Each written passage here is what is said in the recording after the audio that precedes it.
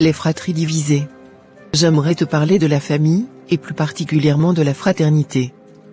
Cette relation qui peut être si précieuse, mais qui, parfois, devient compliquée, tendue, voire brisée. Les fratries divisées, on en voit de plus en plus.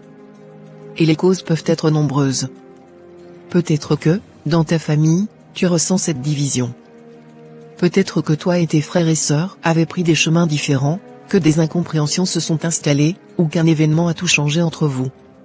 Cela peut venir de jalousie, de conflits d'intérêts, ou même de douleurs enfouies, liées à des choix, à des attentes, ou à des désaccords qui se sont accumulés avec le temps. Les conséquences, tu les connais, des relations qui se distendent, des souvenirs communs qui deviennent douloureux, et même cette impression de perdre une partie de toi-même. Parce qu'une fratrie, c'est plus qu'un lien de sang, c'est un soutien, un repère. Quand ces liens se brisent, il reste souvent un vide. Un vide qui te suit, qui peut affecter ton bonheur, tes choix, et même ton estime de toi. Mais la bonne nouvelle, c'est qu'il existe deux solutions. Rien n'est figé, et tant qu'il y a de la vie, il y a de l'espoir. La première étape, c'est la compréhension. Prendre le temps d'écouter, de comprendre ce qui a pu amener cette division. Peut-être que certaines vérités n'ont jamais été dites, que certains ressentiments n'ont jamais été exprimés. Oser en parler, même si c'est difficile, peut être libérateur. Ensuite, il y a le pardon. Et attention, pardonner ne veut pas dire tout excuser, mais cela permet de tourner la page.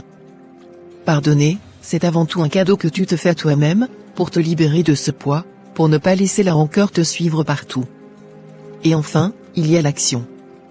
Tendre la main, même timidement, pour ouvrir la voie à la réconciliation. Parfois, il suffit d'un petit geste, d'un simple « je pense à toi », pour ouvrir le dialogue. Cela peut prendre du temps, et peut-être que tout ne redeviendra pas comme avant, mais chaque effort compte. Et enfin, sois prêt à accepter que l'autre campe sur ses positions. Cela ne doit pas t'empêcher de pardonner et d'avancer. N'assombris pas ton quotidien pour une décision qui ne t'appartient pas. Si tu as fait ta part, l'autre n'est pas obligé d'accepter.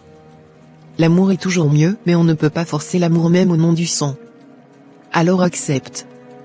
Nous avons des rythmes, des buts et des missions différentes. Tu peux, par exemple, être un être de lumière incarné dans une famille majoritairement astralisée. Donc dans ce cas, il est normal qu'il te rejette, ou te combatte sans même être pleinement conscient. C'est en ordre.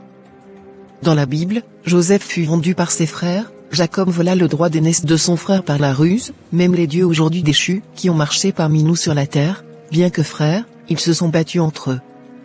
Égotisme, égoïsme, esprit de conquête, jalousie, possession, haine, colère, ruse. Les consciences endormies sont en effet à leur image et à leur ressemblance.